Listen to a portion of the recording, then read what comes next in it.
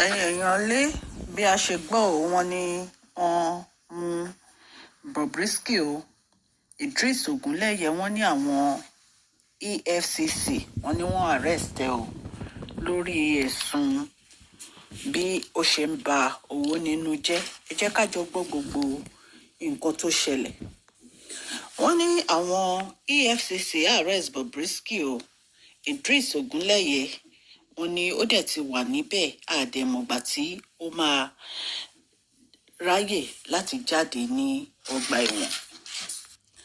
Wọ́n ní kò rí bẹ́ẹ̀lì gbà o wọ́n ní kò séèyàn kankan tó wá láti gba bẹ́ẹ̀lì ẹ̀ wọ́n ní so ìtorí ẹ̀ ó ṣì wà níbẹ̀ wọ́n ní ibẹ̀ ló ṣì wà right now.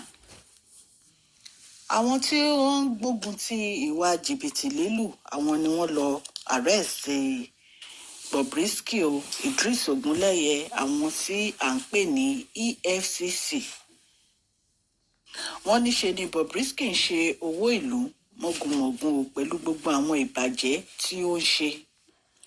Wọ́n ní Bobrisky ti wà níbẹ̀ fún bí ọjọ́ méjì o. Wọ́n ní bẹ́ẹ̀lì tán ni kó san wọ́n ní kò tíì mọ bó ṣe máa san.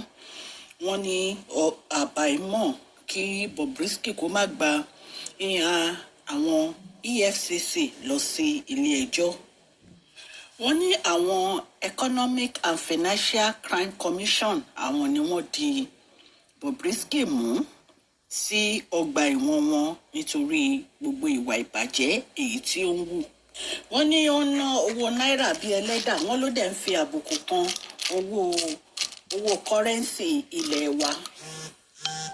Wọ́n ló ń náwó yẹ̀lẹ̀yẹ̀lẹ̀ lójú agbó dẹ̀ ń tẹ owó náà mọ́lẹ̀ kiri gbogbo ibi tó bá ti lọ náwó.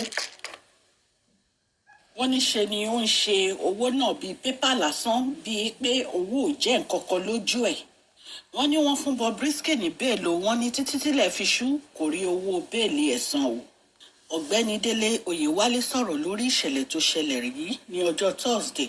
Ó ní lóòótọ́ ni Bobrisky ṣì wà ní àkàtà àwọn o. Wọ́n ní kò ṣeé ṣe fún un láti kájú bẹ́ẹ̀lì táwọn fún un.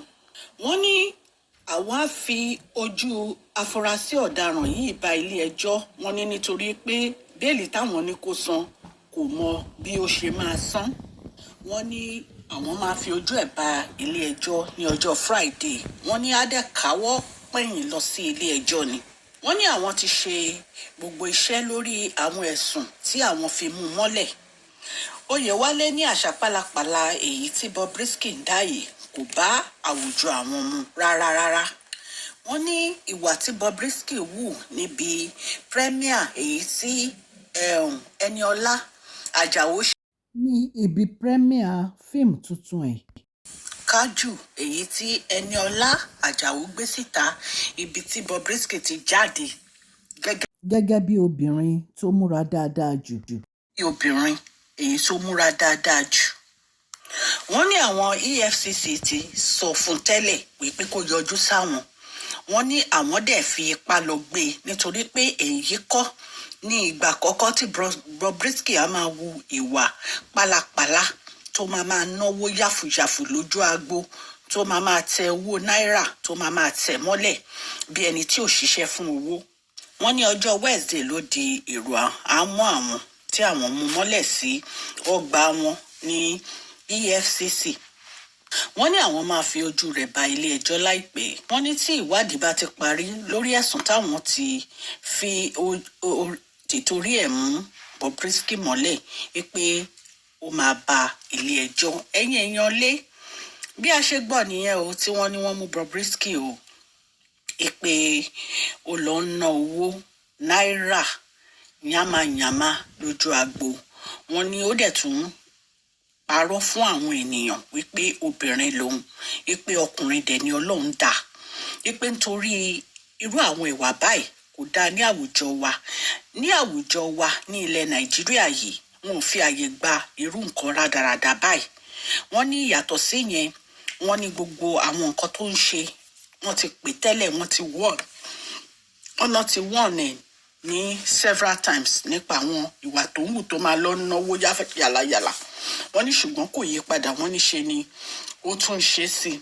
Wọ́n ní nítorí ẹ̀ ni àwọn FCC fi ní kó yọjú sáwọn wọ́n nígbà tí wọ́n dẹ̀ ti fi warrant letter tí wọ́n ti fi ní pé kán lọ arrest ẹ̀, wọ́n nítorí ẹ̀ ni wọ́n fi lọ arrest ẹ̀yìn èèyàn lé bí Mashola Gist fi ṣe gbọ́ àníkà mú wá. mo wá fún yín ọlọ́run elédùnmarè á bá mi wà pẹ̀lú yín, ẹ bá mi fún fídíò yìí ní thumbs up o ẹ̀yin èèyàn lé ẹ káàbọ̀ sí Mashola Gist TV.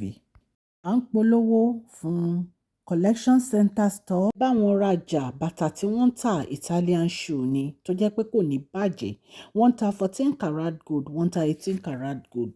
àwọn bàtà wọn wọ́n ń ta palm, wọ́n ń ta slippers, wọ́n ń ta sandal, wọ́n ń ta shoe láti size 8 títí dé 14. ìbàtà tẹ́ ẹ máa rà tẹ́ ẹ máa wò tó máa last òun ni wọ́n ń tà, kò ń ṣe àwọn bàtà fake òun ni wọ́n ń tà. ẹ bá wọn rajà ní collection center store at gmail.com. ẹ kàn sí wọn ní collection center store at gmail.com. bẹ́ẹ̀ ni à ń polówó fún cartech of cars. ìyẹn tó jẹ́ pé ẹ ní problem mọ́tò, ó yẹ fẹ́ ra mọ́tò ni, àbí ẹ fẹ́ ṣe brake job, àbí ẹ fẹ́ ṣe oil change, àbí ẹ fẹ́ ṣe alignment, àbí mọ́tò yín overheat, àbí AC yín ò tutù dáadáa, gbogbo ẹ̀ ni wọ́n ń ṣe ní cartech of cars o. kò sí nǹkan tẹ́ ẹ wá ní cartech of cars nípa mọ́tò tẹ́ ẹ lè rí. ẹ fẹ́ change paint mọ́tò yín ni, gbogbo nǹkan pátápátá òun ni cartech of cars ń ṣe. ṣe rí wọ́n ṣe brake job, wọ́n bá yín yọ táyà yín, wọ́n á fi brake míì sí, alignment gbogbo ẹ̀, oil change, everything ni wọ́n ṣe. ẹ wá kàn sí wọn ní cartechcars@gmail.com. cartechcars@gmail.com. ọlọ́run elédùnmarè á ràn gbogbo wa lọ́wọ́ o. mo dúpẹ́ lọ́wọ́ yín fún àtìlẹ́yìn yín, mo dúpẹ́ lọ́wọ́ yín fún ìfẹ́ tẹ́ ẹ ní sí wa, ẹ ṣé, mo dúpẹ́. God Almighty will bless you all. ẹ jọ̀ọ́ ẹ bá mi fún fídíò yìí ní thumbs up o.